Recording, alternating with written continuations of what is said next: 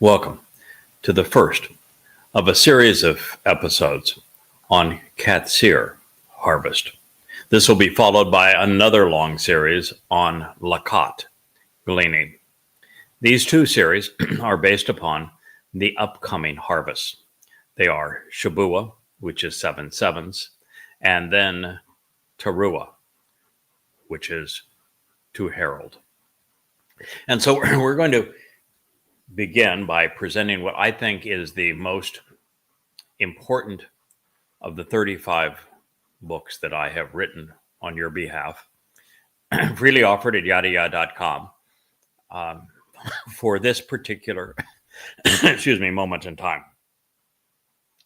And it is volume 5 of the Yada Yahowah series. It is entitled Qatsyr-Harvest. It will present both the Shabuah and Towrah harvests and gleanings. These are the next two Moed Mikre to be fulfilled. And if you're desirous of being able to leave this planet alive, particularly before all hell breaks loose and we enter the time of Jacob's troubles, this horrible period for Israel that will last 7 years before Yahweh's return, then this is what you need to know.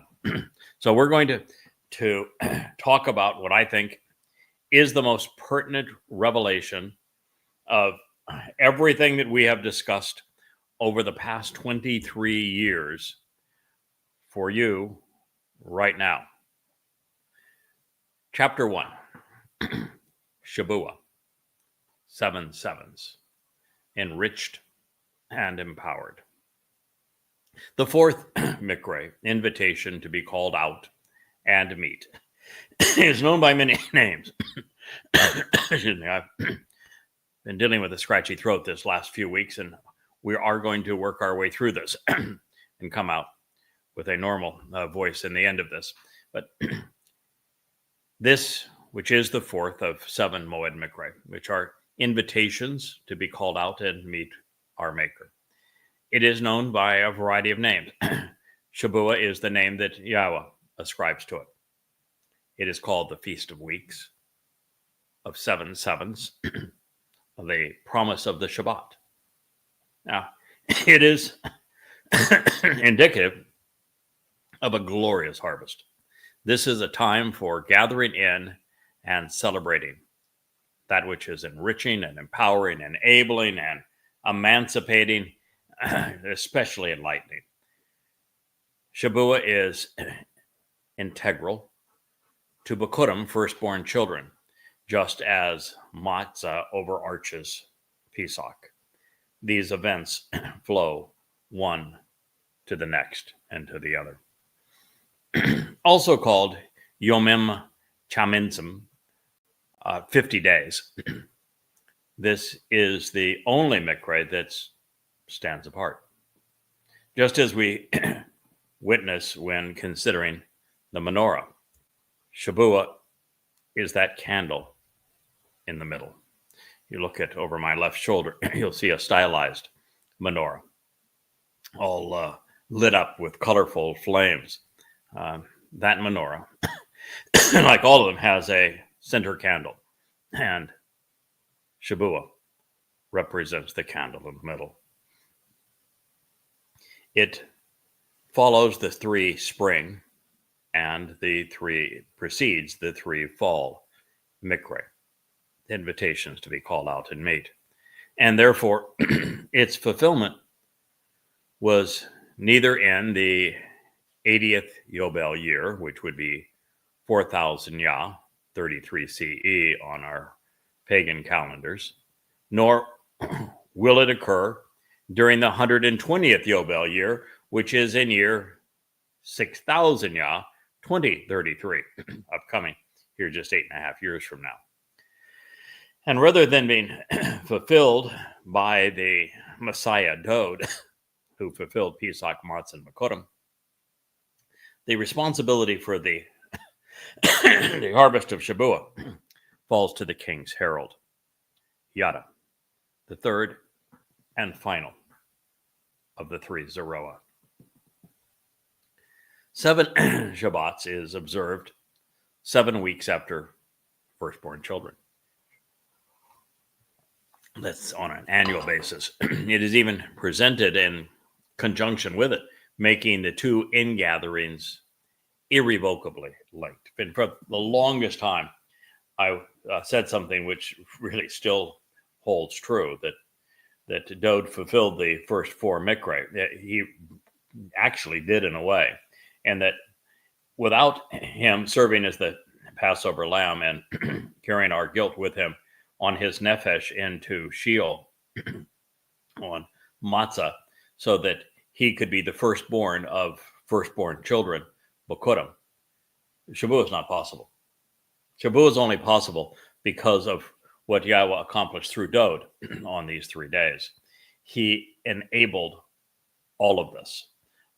As the final of the 3 Zeroahs, I am simply a tour guide, if you will, a conductor, somebody saying, pointing the way and saying, here it is, here's how you participate, here's the timing of it, and what it represents in conjunction with everything else surrounding it.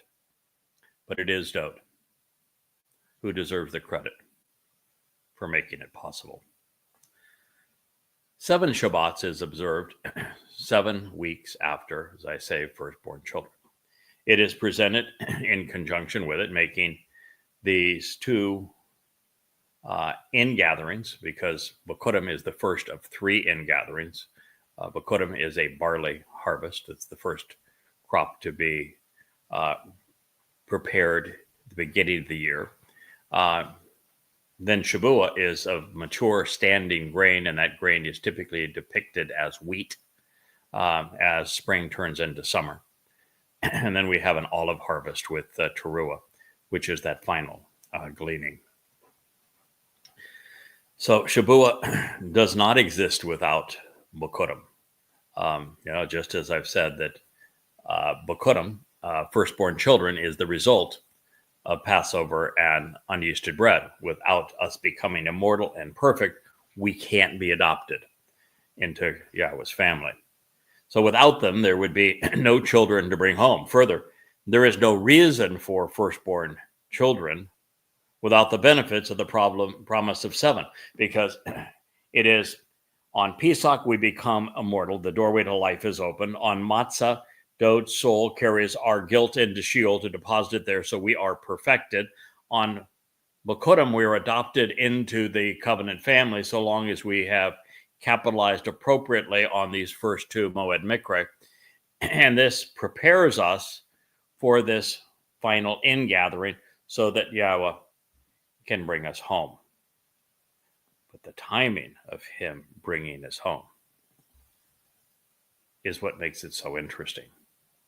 Now, as a result, and also relevant both here and now, the purpose of the Feast of Weeks is to equip us really to be effective witnesses for Father and Son. The Shavuot harvest is nearly upon us, so we must be productive while time permits. That is the reason why this is the series I decided to introduce after we finished that long series on Dode's song, which is the single most important thing I can share with you. In the review of the 89th Mizmor, we finished our series of In the Beginning, and we've even finished our series with a bang, I think, with a mighty crescendo. And the final episode, I think it was the 7th episode of Solving Riddles. So now we are free to pursue a new subject, and that's why I'm bringing this one to you. We don't have a lot more time. I think we have a year and a matter of 4 months until the Shavuot harvest. And we are really extrapolating the timing. As a matter of fact, almost everything that is an insight that I share throughout these presentations, throughout these books behind me, is an extrapolation from the text. And I'm so glad we had that series called Solving Puzzles, because that is the way that we go about making these conclusions. God shares an enormous amount of information. That information, and this, by the way, is Wookiee here for those who don't know, those who have been listening to shows for some time, are of course quite familiar with Wookiee. He likes to participate in these programs. But those who have been listening to these programs recognize that our job right now is to put together the whole picture that God has painted. That's why he calls it solving puzzles, so that we can then share what we learn. And I've been doing this, putting together this particular puzzle for 23 years now. And there are things like this where I'm going to share with you what I think is the timing, but it is deduced from the available evidence. So, for example, Dode told us in the form of Gabriel, transliterated to Gabriel. It's not an angel. Gabriel is identified as a man, and it means a man. Gabor and Gabar are the most capable and qualified, compassionate, and courageous man, and then of God. That particular individual is therefore Dode to David. And so David, excuse me again, Wookiee is tired of being up here on the desk with me. Say goodbye, Wookiee. Okay, bye-bye. Dode to David, as Gaborel, visited with Daniel in Babylon to tell him, actually to tell us, Daniel was only chosen because he could write, to tell us precisely when he would arrive in the second of his 3 lives to fulfill Pesach, Matzah, and Bakorim. And he provided a dating system that we'll review on one of these shows. It's one that I really enjoy because it is so precise. 600 years in advance of his arrival, he told us exactly when he was going to arrive in Jerusalem to serve as the Messiah, to be cut off but not for himself, and fulfill matzah in particular. And when we do the math, we come to matzah in year 4000 Yah, which is 33 CE. And because of that date, then we are able to recognize that being year 4000 Yah, when Dode lived his second of 3 lives. And everything that's important to God is separated by 40 Yobel. A Yobel is the time that all slaves are free, all debts are forgiven, and we return to the land.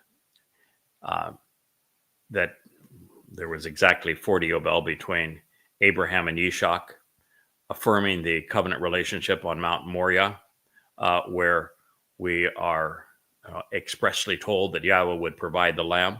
Exactly 40 Yobel thereafter, Dode now is back on Moriah serving as the Passover lamb. And when we go 40 Yobel from 33 CE, that's 2,000 years, we end up at 2033. And in 2033 is when the last 3 Moed Mikra are going to be fulfilled: Towrah, Kippurim, and Sukkah. Therefore, the one in the middle, we have to come up with the timing. During that presentation of when he was going to arrive, Dode made it very clear that it would be a 7-year period. And it was during that 7-year period that some very bad things were going to happen surrounding an exceedingly nefarious character. That character is the Torahless one. It's the corporeal manifestation of Hasatan.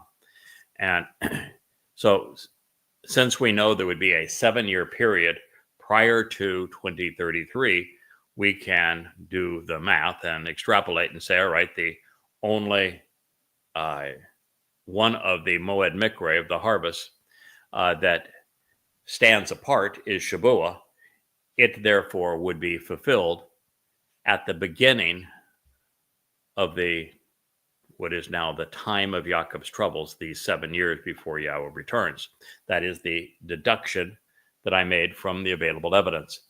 But I had more going for me to affirm it than just that. For example, in the book of Yeshayah in the 17th chapter, which we will get into in great detail, because it explains everything that is going to happen, exactly how it's going to happen, and when it's going to happen. The great prophet explains that the timing of the Shabuah harvest will be at a time when Israel is thinned at the waist, and that she becomes indefensible. And you tie that with something that Gabriel Dode told to Daniel. He said that a treaty would be ratified with many. That treaty is known as the two-state solution. And it will thin Israel at the waist, where she's only a few miles wide, where 70% of the population live. It'll make Israel indefensible. And Yeshayah, Isaiah tells us that Muslims are going to flood into Israel in unprecedented numbers. So such a tsunami of jihadists that they cannot be stopped. The first phase of this, he says, is concurrent with the Shabuah harvest. So you can do the math. I've done it. I've explained my justifications for coming up with this timing. But that puts us on Towrah, 7 years prior to Dode's return in 2033, which is then a Shabat of May 22nd, 2026. And that is when we should expect America, which Isaiah makes it very clear, giving some 20 aspects and attributes of America to condemn, to indicate that America is the country that finally sells Israel out, which means that, based upon the last election, Donald Trump is going to be the Neville Chamberlain. He's going to trade Israel for a promise of peace for Saudi Arabia to garner a Nobel Prize. But that prize will cost Israel millions of lives. So that is the upcoming path that we are pursuing, so that you know what the timing is and what's going to occur. We are told by both Yeshayah and the prophet Yoel that there will be an attack perpetrated by Muslims that will be somewhere between 100 and 1,000 times greater than what occurred on 10/7 of 23. And it's even interesting that 10/7 of 23 is exactly 10 years to the date of 10/7 and 33, when we will celebrate the final Sukkah and enter the millennial Shabbat on October 7th of 2033, also a Shabbat. So this is our timing. It's important that you know that the prophets indicated that this attack would be so devastating that it will be worse for Israel this entire time of Yaakov's troubles, but that particularly this attack will be more devastating than anything that humankind has ever experienced previously, particularly worse the Jewish people have experienced previously, and that would include the Holocaust. So if you don't want to endure that, if you don't want to be part of that, which I would highly encourage you to make that choice, then you're going to want to listen up so that you know what is required for you to participate in this Shabuah harvest. So the Shabuah harvest is indeed nearly upon us. And so we need to be productive, which is why we're doing this program, while less than 2 years remain. We're talking May 22nd of 2026. This is now February 1st that I'm broadcasting this program in 2025. We must also be focused on Towrah, which means to herald, such that the homecoming on reconciliations, Yom Kippurim, exceeds, or at the very least meets, Yahweh's expectations. That is the purpose of what we're doing here. and you are the beneficiaries. Grotesquely, Christians, after ignoring Passover and unyeasted bread, as well as firstborn children, they had the audacity to claim this one day as their own, albeit under a replacement title, Pentecost. To make foolology work for them, they would have to disregard God's Hebrew nomenclature, promise of the Shabat, and they would have to then upend its purpose, which is a harvest of standing grain. And I can assure you, we're going to detail Peter's and Luke's grotesque perversion of this day, because we must clear away the muck if you're going to appreciate the truth. So, moronically, I call them Twistians, beguiled by Peter's preposterous pronouncements in Acts 2, believed the lamest speech, certainly ever recorded by Christians, having written 5 850-page volumes based on Muhammad's and Allah's words. I can tell you that it wasn't the lamest speech of all time. They win hands down on that account. But nonetheless, for people to carry around a Bible and say this is the inerrant word of God, when, as I will demonstrate, Acts 2 is, it's so stupid it hurts. Yet Christians would have you believe that all of that stupidity led to the birth of their church. Well, it was a lot of stupidity, and it did lead to the birth of their church, so they got that part right. Well, of course, that is in spite of the fact that Peter got literally everything wrong, including his ignorant and illiterate misappropriations of the prophet Yoel.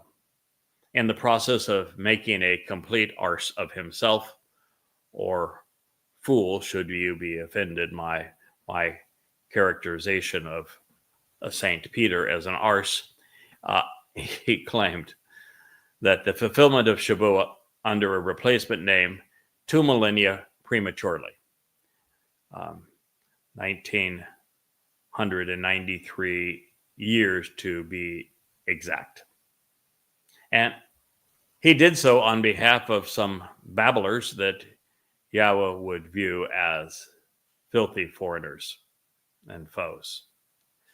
The fact is, Christianity has become so pervasive, this fungus has corrupted our culture to the extent that we simply are not prepared to appreciate what Shavuot represents until Peter's poisonous ploy is effectively repudiated. And while I have done so in the 4th volume of Twistianity, which is called Incredible, which means, by the way, not credible, I will do so again as we pursue this review of Qatsyr-Harvest. I say this largely because Shavuot is essential to the well-being of God's covenant family. And while some will question his judgment in this regard, I have been assigned the responsibility as the final Zeroah of overseeing a productive harvest.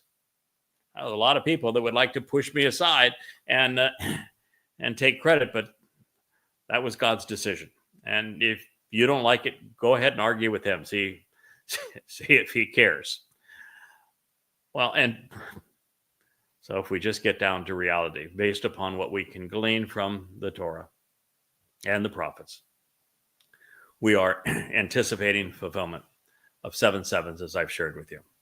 My assessment, and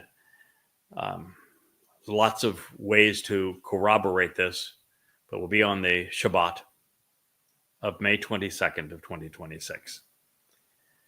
This would be the beginning of the time of Yaakov's troubles, a time after God's people are compelled into sacrificing the heart of the land to Islamic terrorists. A state of terror is going to be created such that it's carved out of Israel.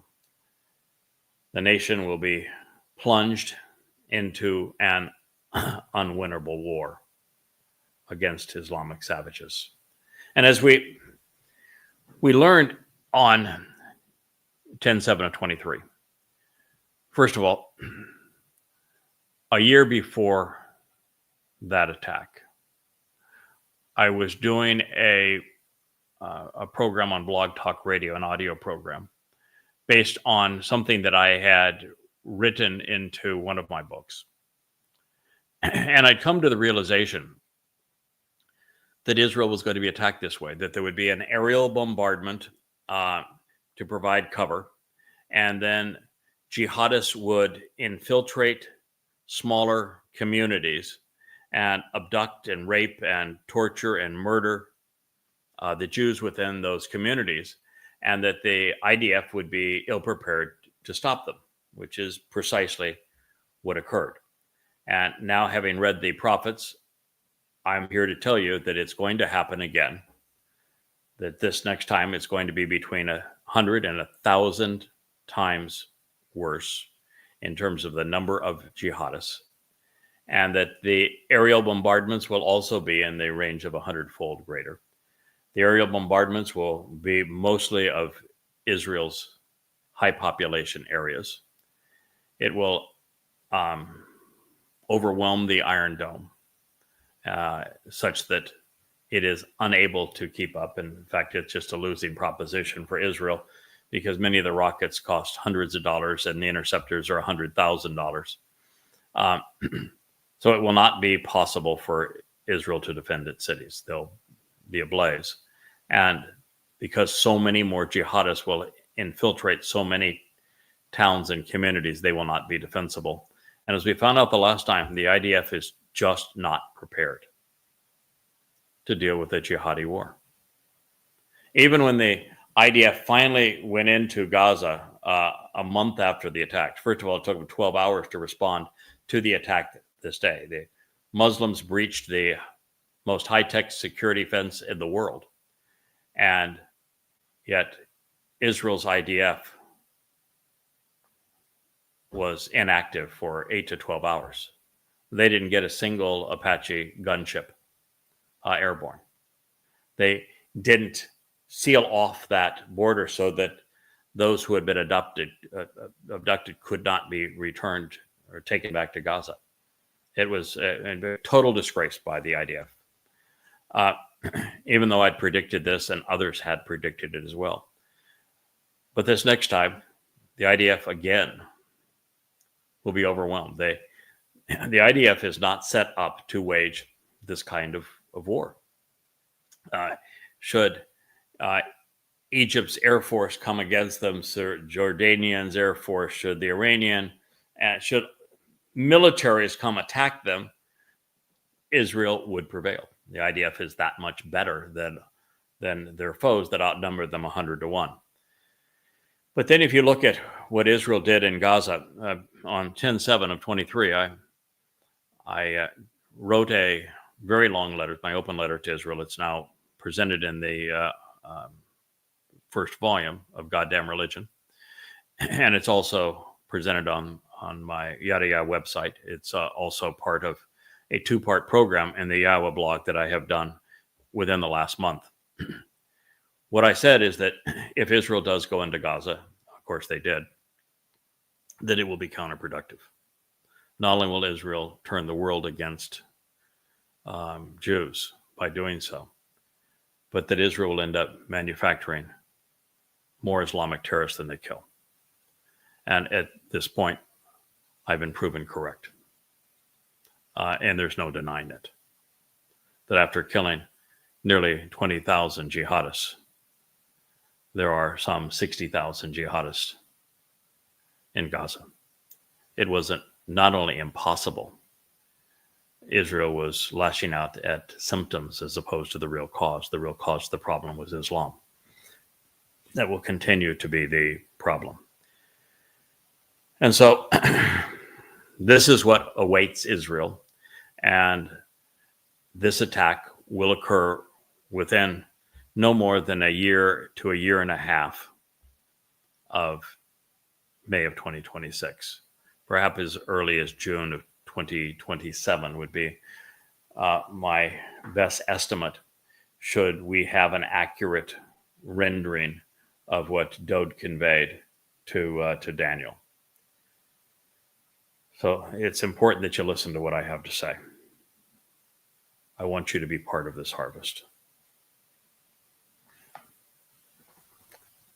The nation will be plunged into an unwinnable war and will become completely indefensible. Orthodox Jews are maybe marginally better than, I don't know better than what, but they, I guess, marginally better than Christians who have misappropriated this day to call it the birth of their church. They actually celebrate Shabat, even though there's no V in the Hebrew language. And then the rabbis claim that it marked the time that their oral law was given to the elders, when not only is there no evidence of an oral law ever given to anyone, but the Torah specifically denounces it. There was the written Torah of Moshe, and revelation could well have coincided, and likely did coincide, with Shabuah, because Yahweh likes to foreshadow things that way. But there was definitely no oral law, no Talmud given to anyone. So this, of course, is a rather odd proposition, considering that the Talmud was comprised of rabbinical arguments, and the first of them were written 1,500 years to 2,000 years after Moshe met with Yahweh on Mount Horeb. But hey, facts have never gotten the way of a good faith. Well, it's not overtly stated. It is readily apparent that Yahweh began reciting his Torah guidance to Moshe on Mount Horeb some 7 weeks into the Yatsa Exodus on Shabuah, the promise of the Shabbat. Again, we are extrapolating from the evidence, but that's what Yahweh wants us to do. He's provided a narrative, and we can use that narrative to make informed conclusions. Therefore, the rabbis would get the timing right, but just the wrong book. But then again, to create a veneer of antiquity and authenticity for the religion, rabbis now refer to their Talmud as if it were Torah. That's a ripoff. That's a blatant counterfeit. Sadly, this rendition of replacement foolology has come at the cost of millions of Jewish souls. Also troublesome, the rabbinical position on Shabbat is that the Torah mandates a 7-week counting of the Omer, beginning on the second day of Passover, to be immediately followed by Shabbat.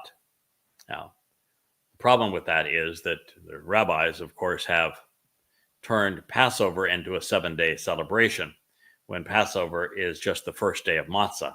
Matzah is the feast, and Passover is just the first day of Matzah. So they don't even have that right. And while the counting of the Omer is consistent with Yahweh's Torah instructions relative to the timing, it's telling that religious Jews disdain the Mikra of Matzah to such an extent they do not even acknowledge its existence. All matzah is to them is an ingredient that's part of Passover. When to Yahweh, the whole celebration is matzah, and Passover is just the first day of Chag Matzah, the celebration of matzah. As a matter of fact, Passover without matzah is counterproductive. If you were to celebrate Passover correctly and capitalize on it, you become immortal. But because your guilt hasn't been expunged by celebrating matzah correctly, the fungus of yeast still permeates your soul. Your eternity is spent separated from God, which would mean in Sheol. That's a really poor choice. According to God, as I've shared, Pesach is the first day of matzah, and it is unyeasted bread, which is the most essential day. Therefore, rather than a careless mistake, this life and death struggle between Yahweh and Judaism remains.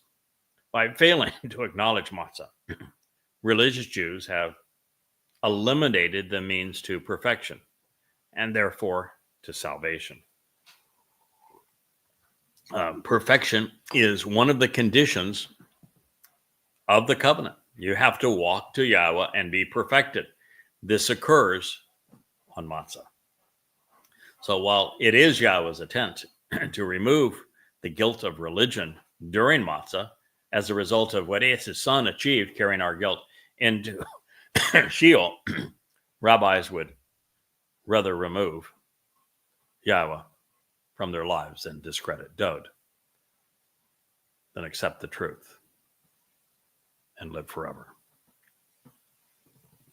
Now, there's another problem with the notion of counting of the Omer.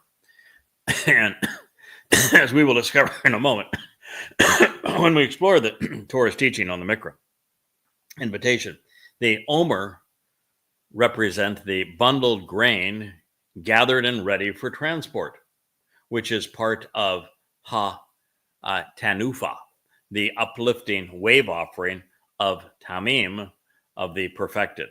They are the beneficiaries of what the Messiah and firstborn of God, Dode, did for us on matzah. Therefore, Jews should not be counting, especially in advance of the fulfillment of Shabuah, because they are not counted among those who appreciate what occurred during Chag Matzah. Had the rabbis dropped the facade of religiosity, they would have taught those willing to listen that the intent is not to number the kernels of grain, the days or the weeks, but instead to be counted among the Omer. The Omer are the children of the covenant who, after walking away from religion, have come to Yahweh as a result of what Dode has done for us on Pesach, Matzah, and Bikurim. He removed our guilt and carried it into Sheol, never to be seen again, making us perfect before God. When the truth is so readily available from Yahweh, from the Nabi and Moshe, why are rabbis compelled to replace it with a web of lies?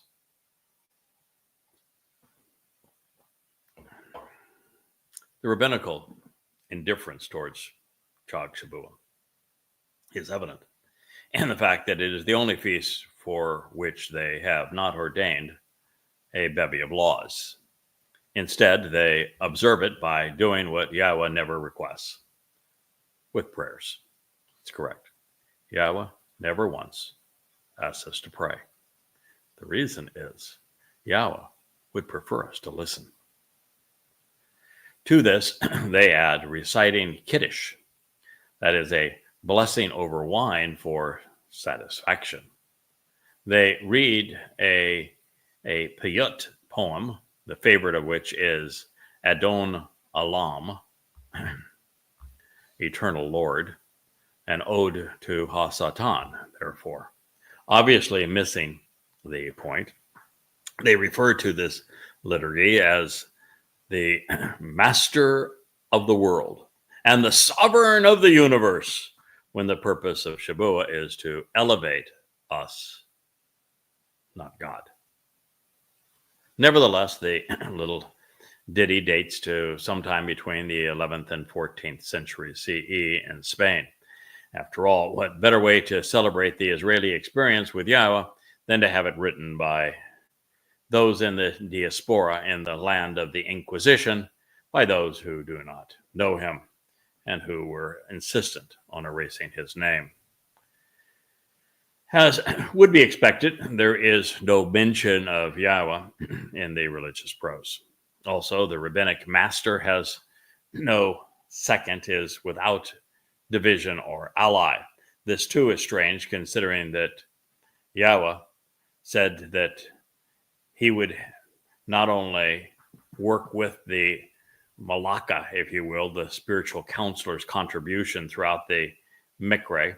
His insistence is that these days are set apart and that he is forever allied throughout them with his son, the Messiah, and the king, the foremost of the Zeroah, Dod. And to the degree possible, he did this for the benefit of Israel. This was nevertheless a rabbinical swipe at the Christian Trinity. But alas, the rabbis have remained incapable of admitting that they were responsible for the religion that was tormenting them. And it was just the first of 4 Babylonian blunders, because the rabbis, after playing a leading role in the creation of Christianity, did the same with Judaism and Islam, as well as a more recent socialist progressive politic. It's hard to survive when the enemy resides in one mind. These Shabbat rituals rabbis now encourage include consuming dairy products with blintzes during their favorites from a menu of options. As for Yahweh's menu, however, it remains very unappealing to them. And rather than drawing inspiration from the many places in the Torah Wanabi where this harvest is explained, as we will do, the rabbis cite portions of the book of Ruth while decorating their homes and synagogues with greenery, commemorating the role of Astarte, of course, and that also Baal play in their religion. Then, with the aroma of cut evergreens punctuating the air, the devout read their treasured Talmud, Mishnah, or Zohar through the night, a custom that only became popular with the introduction of coffee, of course, by the Ottoman Empire. Further, estranging themselves from Yahweh's intent, the Hasidics observe the Yaritz of Baal Shem Tov, which is particularly un-Torah-like. Baal Shem Tov, the Lord of the Good Name, was the Jewish mystic from Poland who lived in Ukraine, and he is the one who invented Hasidic ultra-Orthodox Judaism in what is now Ukraine during the 18th century. In honor of this dubious distinction, and having forsaken the means to life, it is the death of the Rabbi Israel ben Eliezer that the religious commemorate on this day instead of life with Yahowah. Yahowah therefore sees Hasidic Judaism as repulsive. This misguided mystic is the reason that religious Jews remain mired in time, unable to progress or be productive, remaining parasites in America and in Israel. The Lord of the crappy name, feel free to invent a more fitting moniker should you be offended by calling this scum what he actually represents, can ultimately be blamed for turning 2 centuries of Jews away from Yahowah, for their disgusting mourning clothes, for their black hats, and especially their round spudiks, Polish for saucer, a hat comprised of the fur of a weasel tail. Imagine that, the ass of a rodent. You go, guys. Who could be more religious than that? An ass hat. But enough of such foolish foolology. As has been our pattern, we will contemplate how Yahowah defined this mikra, consider how it should be observed, and then investigate how it will be fulfilled. Along the way, we will consider the reasons behind Yahowah's choice of title, Shabuah, of 7 sevens. Opening the book, transcribed by Moshe, to the heart of the Torah teaching, to Kara, called out, we pick up our reading in conjunction with the presentation of firstborn children. Yahweh says, then you should take this written communication into account on your behalf as the means to contemplate the consequence of wavering or of delaying, of pondering the implications and of being left behind by hesitating and waiting on the Shabbat. From the day that you arrive with the sheath of bundled grain, gathered and ready for transport, Omer, for the uplifting wave offering of the perfected, there will be 7 weeks. Kara called out Leviticus 23:15. Oh, this is delicious. First, Yahweh wanted to make it very clear. There is no stinking oral law. You want to be with me. You want to be part of this ingathering. You want to enter heaven. You need to read the written Torah. I made myself clear. I'm speaking for Yahweh. Disregard the goddamn oral law. It's nothing but rabbinic trash. You want to know Yahweh? Read the written Torah that Yahweh dictated to and spoke through Moshe. Full stop. Then you should take this written communication into account on your behalf as the means to contemplate the consequence of wavering or delaying, of pondering the implications of being left behind by hesitating and waiting. Oh my. On the Shabbat. What have rabbinic Jews done with the Shabbat? They have made it the most torturous do-nothing day in all of history. Good grief. Didn't I tell you that Shabuah is going to be filled on a Shabbat? I didn't mention yet. Towrah. Both the ingathering and the sacrifice of the Adam Parah on a, you guessed it, Shabbat. When Dod fulfilled matzah and carried our guilt with him into Sheol, do you think that he violated the Shabbat because it was fulfilled on the Shabbat? Do you ever consider the fact that Shabbat is from a verb and that verbs are actionable? Maybe we have a problem here. What I was saying is, if you want to avoid delaying, not acting, being left behind, hesitating because of religious rules on the Shabbat, the way you avoid that is reading the Torah.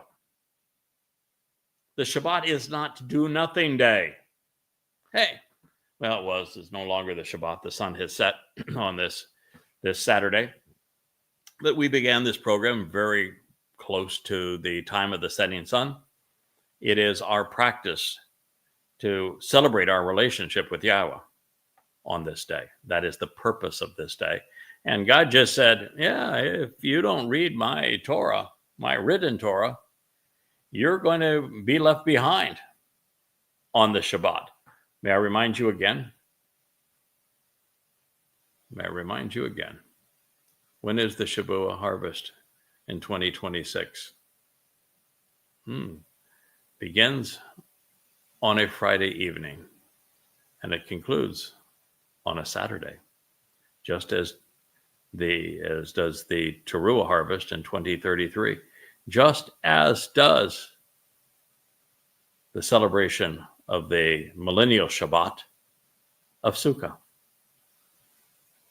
Something to think about if you are Jewish.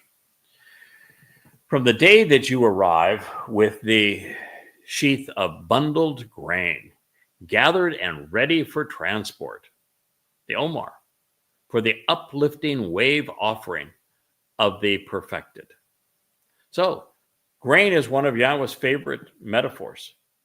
And this grain that is ready for the harvest and is bundled and ready to go would be grain, if it's barley, for Bokurim. It's a barley harvest. Happens very early in the spring because barley actually can be, first of all, it is the first grain to be ready to be harvested, but barley is unlike wheat. You can and should cut barley while it's still green and growing, and then it can mature and dry on the ground. You can't do that with wheat. Wheat has to mature first before it meets the sickle and is harvested. And therefore, you're looking at a May time frame for the wheat harvest, while March and April, which, typically is when, well, not typically, it's always when Passover, Matzah, and Bokurim would be fulfilled, because we're told that Abib is the first month of the year. Abib is defined by barley being green and still growing, receptive, if you will.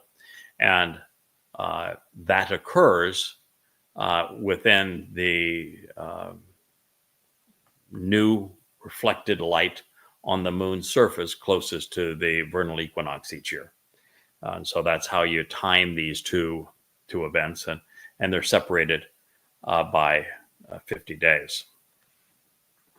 So the grain represents the souls that are prepared to be with God. They are perfected, which means that every soul that is part of the Omer has not only had the door to life open by Dod's sacrifice on Pesach, but was perfected by Dod having carried our guilt with him into Sheol, depositing it there, never to be seen again, so that we are prepared for either the Bokurim or the Shavuot harvest. And he says there will be 7 weeks. So from one to the other, and it's 7 weeks exactly from Bokurim to Shavuot, and it's 7 weeks plus 1 day from Matzah to the celebration of Shavuot. So as I noted previously, I appreciate this pronouncement by referring to the Omar, the bundled grain gathered and ready for transport, and Ta'upah, the uplifting wave offering, is Tamim, perfected. So we find another affirmation of Chag Matzah and the benefits of it. This resolution is one of that the religious have been unable to process during the 3,500 years since this declaration was shared by Moshe.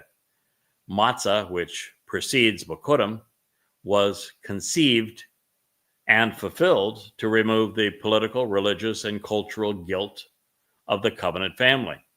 The pervasive fungus that has corrupted the souls of mankind is expunged from those who avail themselves of what Dod, our Messiah, has done for us by carrying our guilt into Sheol.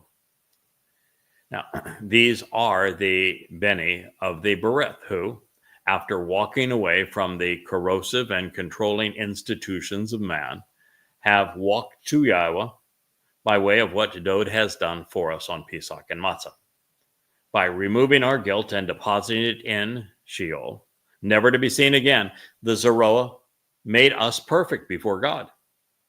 It is long past time that God's people, Yehudim, Israelites, come to recognize, accept, and celebrate their Messiah's courage and character,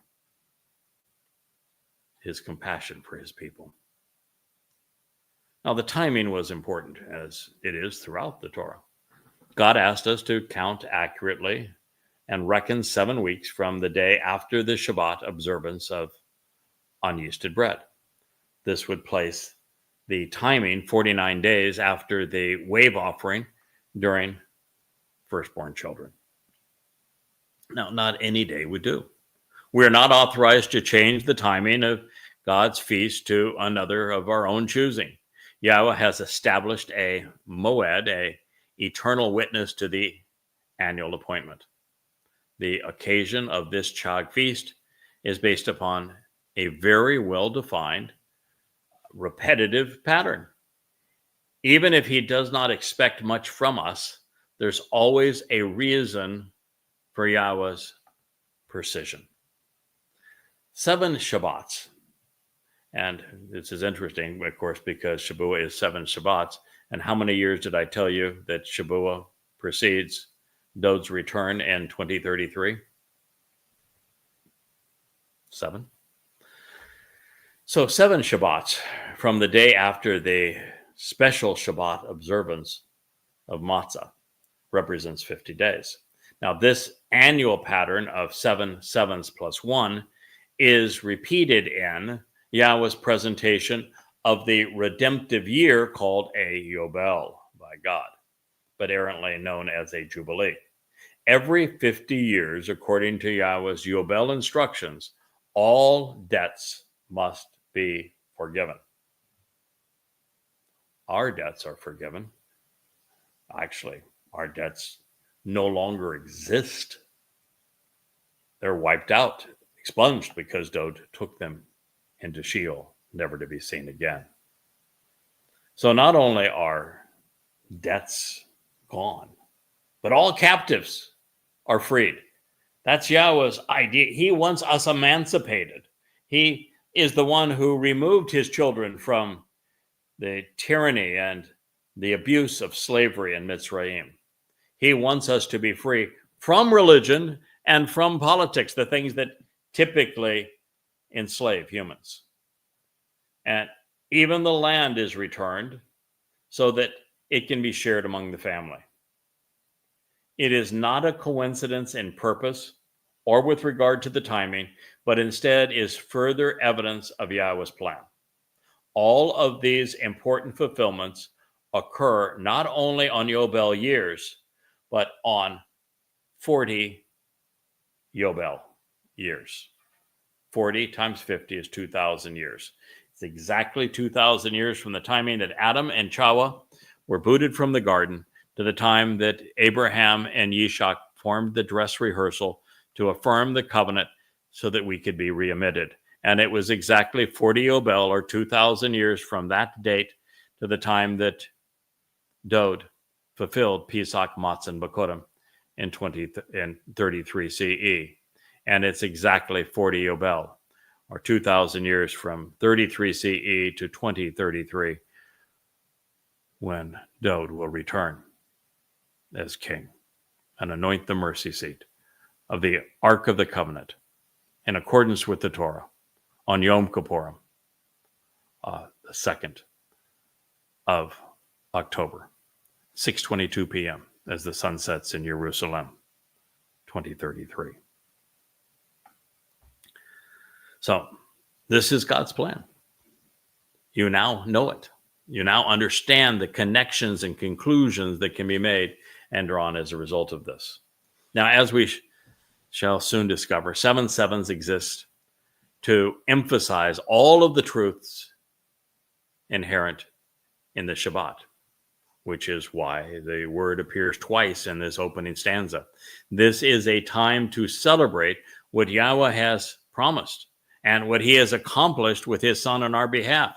Inherent in the timing is the ever-present pattern of man, symbolized by 6, in addition to God, who is one, revealing that Yahweh's intent is for us to be together. 7. So let's be clear. The Shabbat is not do-nothing day. Shabbat is a verb, and it is actionable. And as is the case with the Shabbat of Matzah, this is the day Yahweh and Dod have done their most exemplary work. What are the chances that Yahweh and his beloved son, Dod, our Messiah, are observing the Shabbat incorrectly, and that the rabbis with 1,000 limiting rules are doing it right.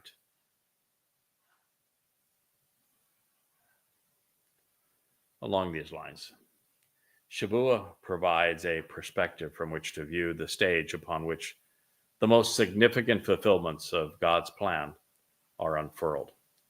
7 sevens plus 1 is central to God's provision and his timing. Everything pertinent to our reconciliation not only occurs on Yobel years, also defined as increments of 7 sevens plus 1, but specifically in intervals of 40, which commemorates the completion of a time of testing. Yobel, in other words, every 2,000 years. I'm going to go through this again because repetition is what we use to transfer information from short-term to long-term memory.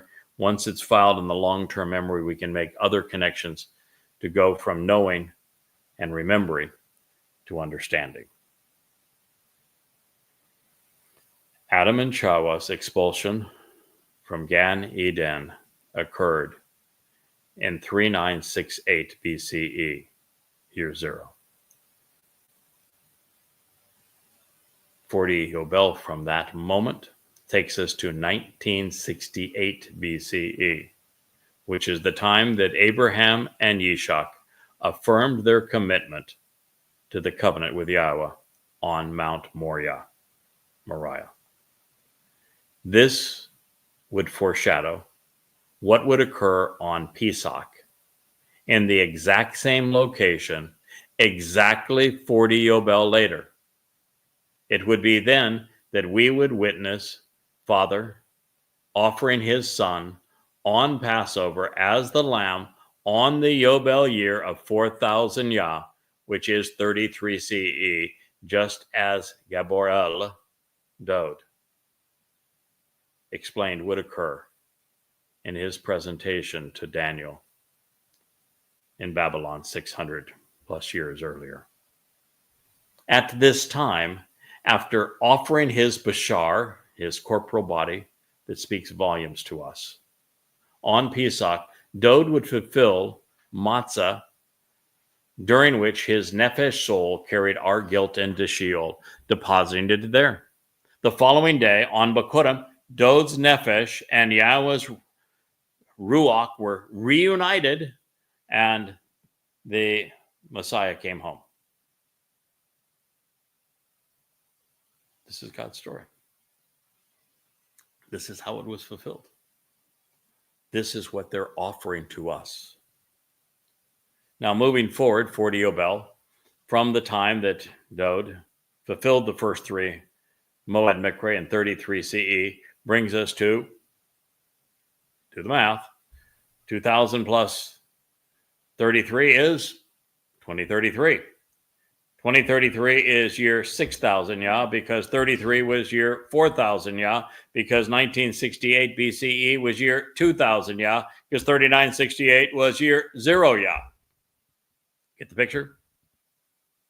In other words, Maimonides lied to you. This is the last Yobel remaining within the lifetimes of those who witnessed Israel's prophetic rebirth as a nation.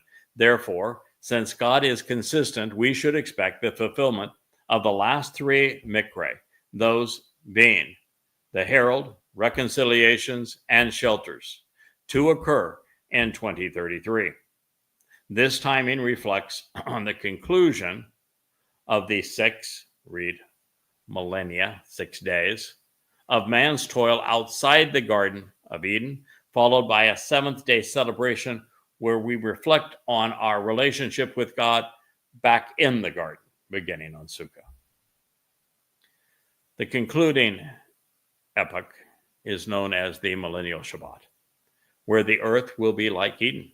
As such, one of the primary purposes of 7 sevens is to remind us each year that Yahweh has given us the keys needed to understand the pattern underlying his prophetic schedule.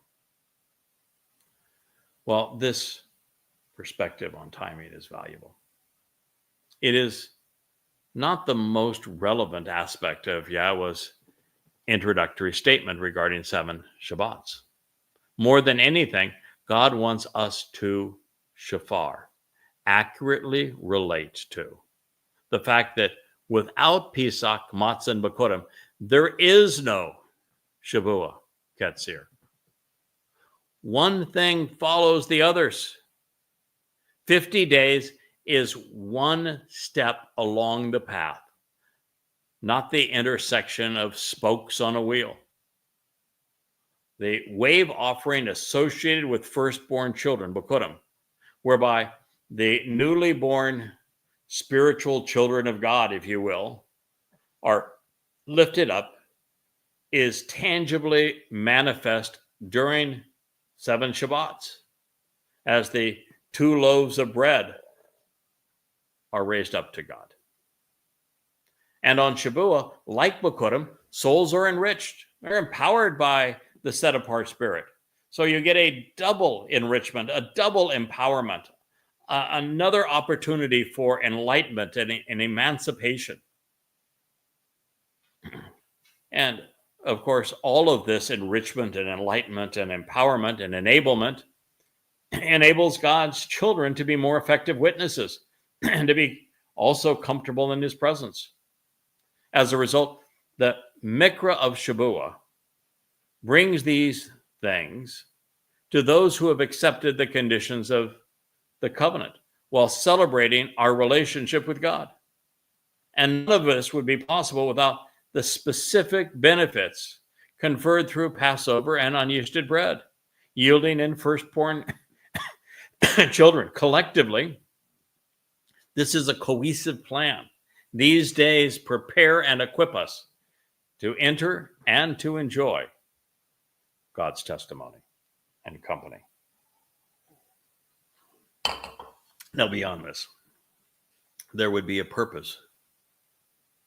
Or I should say, what would be the purpose or the benefit of being born into Yahweh's covenant family, adopted, if you will, to be immortal and perfected, if we're not going to grow up and live together as an eternity as a helpless and dependent baby doesn't sound all that appealing.